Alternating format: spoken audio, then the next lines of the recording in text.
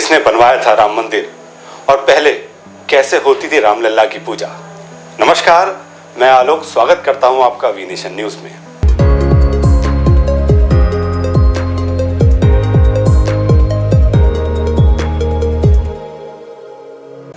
अयोध्या राम मंदिर 22 जनवरी 2024। अयोध्या में बन रहे भव्य श्री राम मंदिर में रामलला की प्राण प्रतिष्ठा होगी। राम जन्मभूमि अक्सर चर्चा में रही है, तो आइए जानते हैं राम मंदिर का इतिहास। सुप्रीम कोर्ट के 5 जजों की बेंच ने 9 नवंबर 2019 को राम मंदिर के पक्ष में फैसला सुनाया था। हिंदू पक्ष के मुताबिक 1528 में मुगल बादशाह बाबर के सिपा सलार मीर बाकी ने मंदिर गिराकर बाबरी मस्जिद बनवाई थी। और आपको बता दें कि भगवान राम के पुत्र कुश ने बनवाया था पहला राम मंदिर। पौराणिक कथाओं में और धर्म ग्रंथों के आधार पर तय हुई परंपरागत धारणाओं के अनुसार अयोध्या के पवित्र श्री राम जन्मभूमि मंदिर के इतिहास का विवरण कुछ इस प्रकार है। जब श्री राम प्रजा सहित बैकुंठ धाम चले गए थे तो पूरी अयोध्या नगरी सरयू में समाहित हो गई थी। मात्र अयोध्या का भूभाग बच गया और वर्षों तक ये भूमि यूं ही पड़ी रही। बाद में कौशाम्बी के राजा महाराज कुश ने अयोध्या को फिर से बसाया।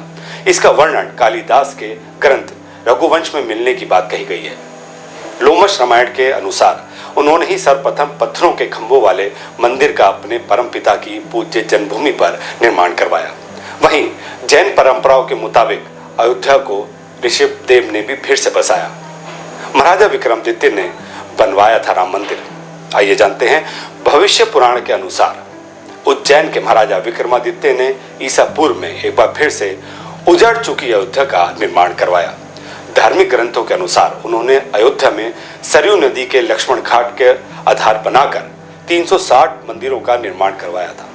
वे भगवान विष्णु के परम भक्त थे और इसलिए उन्होंने ही श्री राम जन्मभूमि पर एक भव्य मंदिर बनाने का निर्माण करवाया था।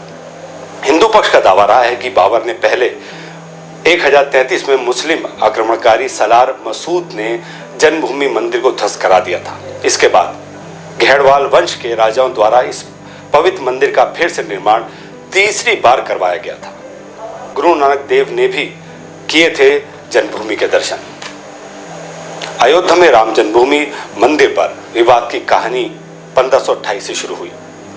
हिंदुओं का दावा रहा है कि मुगल आक्रमणकारी बाबर ने उस पवित्र जगह को तोड़कर उस पर मस्जिद का निर्माण करवाया।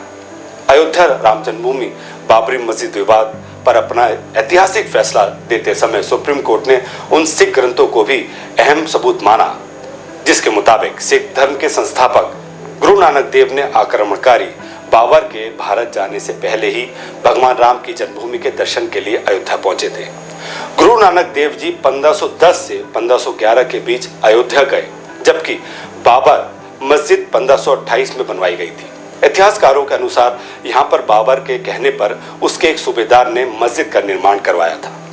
1859 में राम चबूतरे पर फिर से पूजा की मिली थी इजाजत। राम मंदिर और बाबरी मस्जिद के विवाद को लेकर जन्मभूमि के आसपास के इलाके में पहली बार 1853 में दंगों का जिक्र मिलता है। 1859 में अंग्रेजों ने इस विवाद को रोकने के लिए मुसलमानों को ढांचे के अंदर और हिंदुओं का राम चबूतरे पर पूजा अर्चना की इजाजत दे दी थी। 1885 में पहली बार महंत रघुवीर दास बाबरी मस्जिद के पास राम मंदिर निर्माण को लेकर फैजाबाद कोर्ट में एक याचिका लगाई, जिसे कोर्ट ने ठुकरा दिया। 23 दिसंबर 1949 को ढांचे के अंदर अचानक रामलला की मूर्ति पाई गई। 23 दिसंबर 1949 को राम जन्मभूमि मंदिर के इतिहास में एक बार फिर से जबरदस्त मोड़ आया। उस दिन रामलला की प्रतिमा मस्जिद के अंदर अचानक से विराजमान पाई गई। यह विवाद इतना बड़ा कि आखिरकार तत्कालीन सरकार उस ढांचे को विवादित मानकर उस पर ताला लगवा देना पड़ा। ढांचे के अंदर नमाज रुक गई, लेकिन बाहर राम चबूतरे और परिसर के बाकी हिस्सों में पूजा अर्चना निरंतर चलती रही। 1986 में विवादित ढांचे का ताला खुला, फिर से अंदर पूजा शुरू हुई। 1950 से तत्कालीन विवादित परिसर को लेकर कानूनी जंग शुरू हो गई। गोपाल विशारद और रामचंद्र दास ने ढांचे के अंदर रामलला की पूजा की इजाजत और उनकी प्रतिमा वहीं रहने देने की अनुमति के लिए फिरोजाबाद सिविल कोर्ट में 2 अर्जी दाखिल की। 1959 में निर्मोही अखाड़ा ने भी तीसरी अर्जी लगा दी। इसके जवाब में 1961 में यूपी सुन्नी वक्फ बोर्ड ने विवादित जगह पर कब्जा लेने और ढांचे के अंदर से मूर्ति हटाने की अर्जी लगाई। 25 साल बाद 1986 में यूसी पांडे की याचिका पर फैजाबाद के जिला जज केएम पांडे ने 1 फरवरी 1986 के ऐतिहासिक फैसले में विवादित ढांचे से ताला हटाने का आदेश दिया और हिंदुओं को पूजा करने की अनुमति भी दे दी। 1989 में विवादित परिसर के पास शिलान्यास किया गया। आइए आपको बताते हैं, अगस्त 1989 में इलाहाबाद हाई कोर्ट ने फैजाबाद जिला अदालत से टाइटल सूट अपने हाथों में ले लिया और विवादित जमीन पर यथास्थिति बरकरार रखने का आदेश दिया। यानी इस बात को समझिए, पूजा अर्चना निरंतर जारी रही। नवंबर 1989 में तत्कालीन सरकार ने विश्व हिंदू परिषद के विवादित भूमि के पास ही शिलान्यास की इजाजत दे दी। 6 दिसंबर 1992 को अयोध्या में राम जन्मभूमि आंदोलन से जुड़े लाखों कार सेवक जुटे। उन्होंने ही उस विवादित ढांचे को ध्वस्त कर दिया। भगवान रामलला ढांचे से निकलकर अस्थायी टेंट में आ गए। सुप्रीम कोर्ट ने उस विवादित जमीन पर यथास्थिति बनाए रखने का आदेश दे दिया और 6 दिसंबर 1992 से लेकर 9 नवंबर 2019 के सुप्रीम कोर्ट के फैसले तक रामलला उसी अस्थायी टेंट में विराजमान रहे, लेकिन उनकी पूजा अर्चना और दर्शन का कार्य निरंतर संपन्न होता रहा।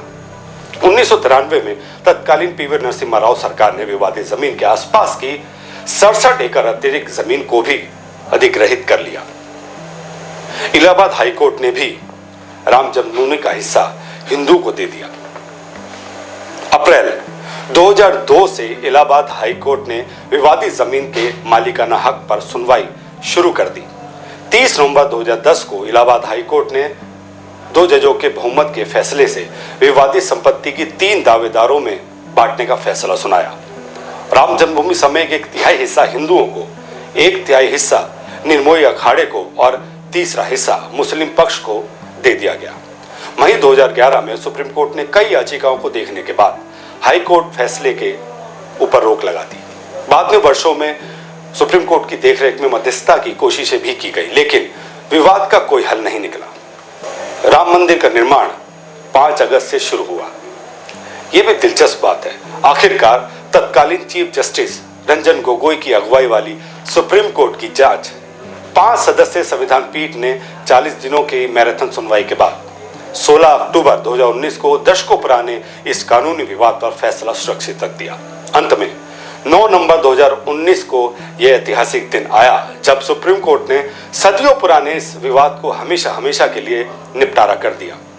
सर्वोच्च अदालत ने संपूर्ण विवादित परिसर पर भगवान रामलला का मालिकाना हक दे दिया और उनके भव्य मंदिर निर्माण के लिए केंद्र की नरेंद्र मोदी सरकार को 3 महीने के भीतर एक ट्रस्ट बनाने की जिम्मेदारी सौंप दी। अदालत ने सरकार को मुस्लिम पक्ष को भी मस्जिद बनाने के लिए अयोध्या में किसी महत्वपूर्ण स्थान पर 5 एकड़ जमीन देने का आदेश पारित किया। अदालत ने इसी आदेश के बाद श्री राम जन्मभूमि तीर्थ क्षेत्र ट्रस्ट ने 5 अगस्त 2020 को वहां भव्य राम मंदिर के निर्माण के लिए भूमि पूजन और आधारशिला का कार्यक्रम तय किया। रामलला के मंदिर का निर्माण 3 फेज में चल रहा है। पहला फेज काम 30 दिसंबर 2023, दूसरा फेज का काम 30 दिसंबर 2024 और तीसरे फेज का काम 3 दिसंबर 2025 को पूरा होगा। राम मंदिर में करीब 1800 करोड़ रुपए खर्च होने की आशंका है। 1000 साल तक सुरक्षित रहेगा राम मंदिर। मंदिर का पूरा परिसर 71 एकड़ का है। वहीं रामलला का मंदिर 8 एकड़ में बन रहा है। मंदिर का शिखर 161 फीट का होगा। मंदिर के निर्माण में किसी प्रकार के लोहे या स्टील का उपयोग नहीं किया जा रहा है। साथ ही इसे ऐसा बनाया जा रहा है कि 1000 साल तक यह मंदिर पूरी तरह सुरक्षित रहेगा। यहां तक कि 6.5 रिएक्टर के भूकंप से भी मंदिर को किसी प्रकार की क्षति नहीं पहुंचेगी। मंदिर के गर्भगृह में जहां रामलला विराजमान होंगे वो आसन सोने का होगा। वहीं मंदिर का शिखर भी सोने का हो सकता है। इसके लिए महाराष्ट्र के एक व्यापारी ने श्री राम जन्मभूमि ट्रस्ट से बात की है। हालांकि ट्रस्ट की ओर से अब तक इसको लेकर कोई पुष्टि नहीं हुई है। मंदिर को निर्माण को लेकर ऐसा लग रहा है कि सरकार रामलला के इस मंदिर को देश का सबसे बड़ा धार्मिक अत्याधुनिक केंद्र बनाने के साथ ही सबसे बड़ा धार्मिक पर्यटन केंद्र बनाने में जुटी है। क्योंकि रामलला की बाल स्वरूप मूर्ति काफी छोटी है, इसलिए श्रद्धालु सही तरीके से मूर्ति के दर्शन नहीं कर पाएंगे। ऐसे में ट्रस्ट ने गर्भगृह में एक अन्य प्रतिमा स्थापित करने का निर्णय लिया है। ट्रस्ट के सदस्य और अयोध्या के मानद राजा विमलेंद्र प्रताप मिश्र का कहना है कि इस मूर्ति के निर्माण से पहले देश के बड़े मूर्तिकारों को स्केच बनाने के लिए कहा गया है। इसमें पद्मश्री और पद्म भूषण से सम्मानित आर्टिस्ट भी शामिल हैं। यह मूर्ति संगमरमर की होगी। इसकी ऊंचाई 2.5 से 3 फीट तक हो सकती है। वहीं रामलला मंदिर के पुजारी पंडित सत्येंद्र दास ने कहा कि गर्भगृह में विराजमान होने वाली एक अन्य मूर्ति कैसी होगी, इसके लिए साधु संतों की राय ली जा रही है।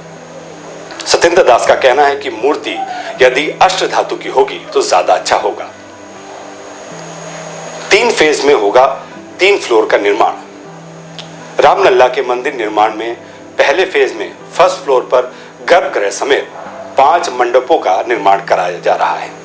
इन मंडपों के नाम है घोड़ी मंडप, नृत्य मंडप, रंग मंडप, कीर्तन मंडप। पहले फेज में ही मंदिर का प्रवेश द्वार सिंह द्वार का निर्माण होना है। श्री राम जन्मभूमि ट्रस्ट के सदस्य डॉक्टर अनिल मिश्र कहते हैं कि पहले फेज का निर्माण पूरा होते ही दूसरे फेज का निर्माण शुरू होगा। इसमें दूसरा फ्लोर बनाया जाएगा। इस फ्लोर में ही राम दरबार होगा। तीसरे फेज में तीसरा फ्लोर बनेगा। हालांकि श्रद्धालु इस फ्लोर में नहीं जा सकेंगे। रामनवमी पर सूर्य भगवान करेंगे रामलला का अभिषेक। ये भी एक दिलचस्प बात है। राम के जन्म यानी रामनवमी की सूर्य की किरणों से रामलला के अभिषेक करने की योजना है। इसके लिए IIT रुड़की द्वारा लगातार योजना बनाई जा रही है। फिलहाल इस मंदिर के निर्माण में 350 मजदूर और कारीगर लगातार जुटे हुए हैं। वहीं करीब 1000 मजदूर और कारीगर राजस्थान के भरतपुर जिले के वंशी पहाड़पुर में मंदिर निर्माण में उपयोग हो रहे पिंक स्टोन पत्थर तराशने में जुटे हुए हैं। आपको बता दें कि मंदिर का प्रवेश द्वार पूर्व दिशा में होगा, वहीं एग्जिट दक्षिण में होगा। आज के लिए इतना ही। ज्यादा खबरों के लिए देखते रहिए वी नेशन न्यूज।